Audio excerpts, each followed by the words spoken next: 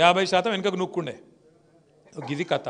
అంటే 9300 ఎకరాలు, ఒక్కొక్క ఎకరం 50 కోట్లు, ఎంత?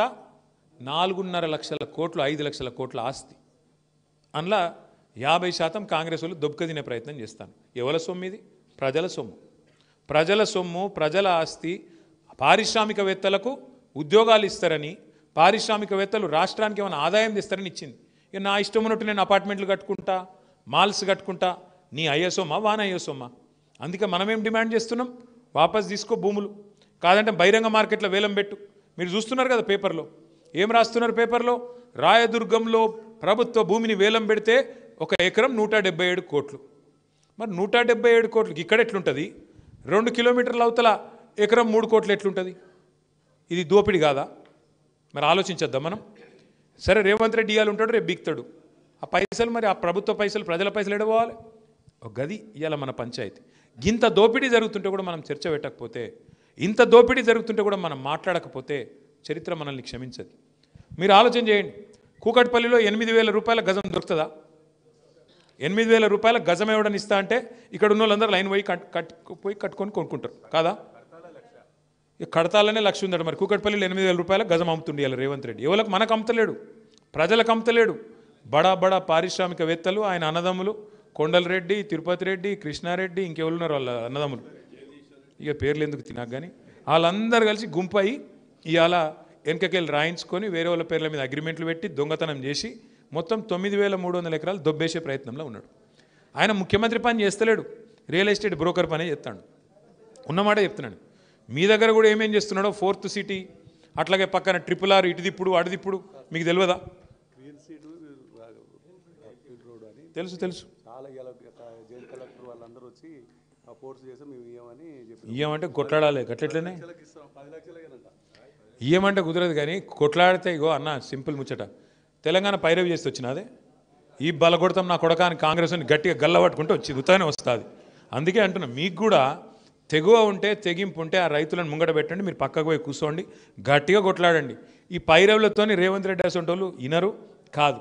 మనం లొల్లి పెడితే కూడా కాదు, మనం ఫీల్డ్ కోవాలి, లొల్లి పెట్టాలి. మొన్న జయపాల్ యాదవ్ అన్న కూడా ఇట్లే చెప్పిండు ఒక ముచ్చట. చెప్తే ఢిల్లీ దాకా పంపించిన నేను. ఢిల్లీ దాకా పోయి మీరు ఆ మంత్రిని కలవండి అంటే మొత్తం రైతులందరినీ తీసుకొని పోయి కలిసిండు. ఆగిందా ఇప్పుడు? అది ఆగింది. మొత్తానికి జయపాల్ యాదవ్ అన్నకు ఒకసారి గట్టిగా సపోర్ట్లు కొట్టండి. అట్లుండాలి పని. అంతేగాని వాడు గుంజుకుంటుండు, మనం చావలేదు, మనం చచ్చిపోయినాం అందరం. మీద గట్టిగా నాయకులందరూ మీరు పోరాడే జెండా. మళ్ళీ ఇంకొక మాట చెప్తున్నాను నేను, ఎవ్వడు కొట్లాడాడు. 2 ఢిల్లీ పార్టీలు, 2 కూడా దొందే, ఇద్దరు గులాంగాళ్ళే. బానిసకొక బానిస అన్నట్టు ఇక్కడుండే బీజేపీడు, ఇక్కడుండే కాంగ్రెస్ వాడు, పైన ఉండే ఇక్కడ ఇంకో నాయకునికి బానిస. వాడు ఢిల్లీలోనికి బానిస, ఢిల్లీవాడు గుజరాతోనికి బానిస. ఏ బానిసత్వం లేని పార్టీ అంటే ఇగో మళ్ళీ ఇదే ఉన్నది, ఒకటి నికార్సైన తెలంగాణ పార్టీ, గులాబీ జెండా. అందుకే నేను అంటున్నా, తెలంగాణ గురించి తెగబడాలన్నా, కలబడాలన్నా, కొట్లాడాలన్నా ఆ సత్తా ఉన్న ఒక్క పార్టీ, మన పార్టీ, కేసీఆర్ గారి పార్టీ తప్ప ఇంకోటి కాదు. కాబట్టి నేను మీ అందరికీ ప్రార్థించేది, మీరు రేపు సర్పంచ్ ఎన్నికల్లో కొట్లాడండి, జెడ్పీటీస్లో కొట్లాడండి, ఎంపీటీస్లో కొట్లాడండి. కానీ అసలు యుద్ధం 2028లో ఆ రోజు ఉంటుంది. ఆ రోజు మాత్రం మళ్ళా ఈరోజు కొట్లాడుకొని కావాలంటే ఊళ్ళలో నేను వద్దంటలేను, కానీ ఆ రోజు కలిసి ఉండుర్రి. నాకు తెలిసి ఇవాళ ఎట్లుంటుంది అంటే, సర్పంచ్ అనగానే ఒకటే ఊళ్ళో 4 కొట్లాడతారు, అంతా మనోళ్ళే ఉంటారు. మళ్ళీ ఎవరినేం అనరాదు. జయపాలన్న దగ్గరకు వస్తారు, ఆయన ఏం చెప్తాడు? అందరూ ఆయన వాళ్ళేనా? ఎవరు ఏం చెప్తారు? దానికి ఏం చేయనికి రాదు. కానీ ఈ మన మధ్యలో ఉండే తాత్కాలికమైన మరి పొరపచ్చాలు, అనైక్యత, మనకుండే పంచాయతీలు రేపు అల్టిమేట్గా పార్టీకి నష్టం కావద్దు. జనవరిలో మనకు సభ్యత్వ నమోదు కార్యక్రమం చాలా అవుతుంది. అన్ని మున్సిపాలిటీలలో, అన్ని గ్రామాలలో మీరే దగ్గర ఉండి బాధ్యత తీసుకొని నడిపించాలా. తర్వాత కమిటీలు వేసుకుందాం. 2026లోనే శిక్షణ కార్యక్రమాలు పెట్టుకుందాం, బ్రహ్మాండంగా తర్ఫీదు ఇచ్చుకుందాం.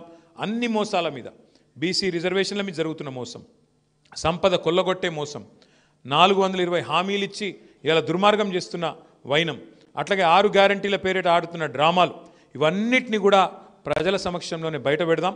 ప్రతి కార్యకర్తను, ప్రతి నాయకుడిని ఒక్కొక్క కేసీఆర్ గారి లాగా కథన రంగంలో రేపు కథానాయకులై విజృంభించే విధంగా తయారు చేసుకుందామని చెప్పి నేను మనవి చేస్తూ, ఇవాళ పార్టీలో చేరుతున్న మిత్రులను పిలవాల్సిందిగా నేను గౌరవనీయులు జయపాల్ యాదవ్ గారిని కోరుతూ, జై తెలంగాణ.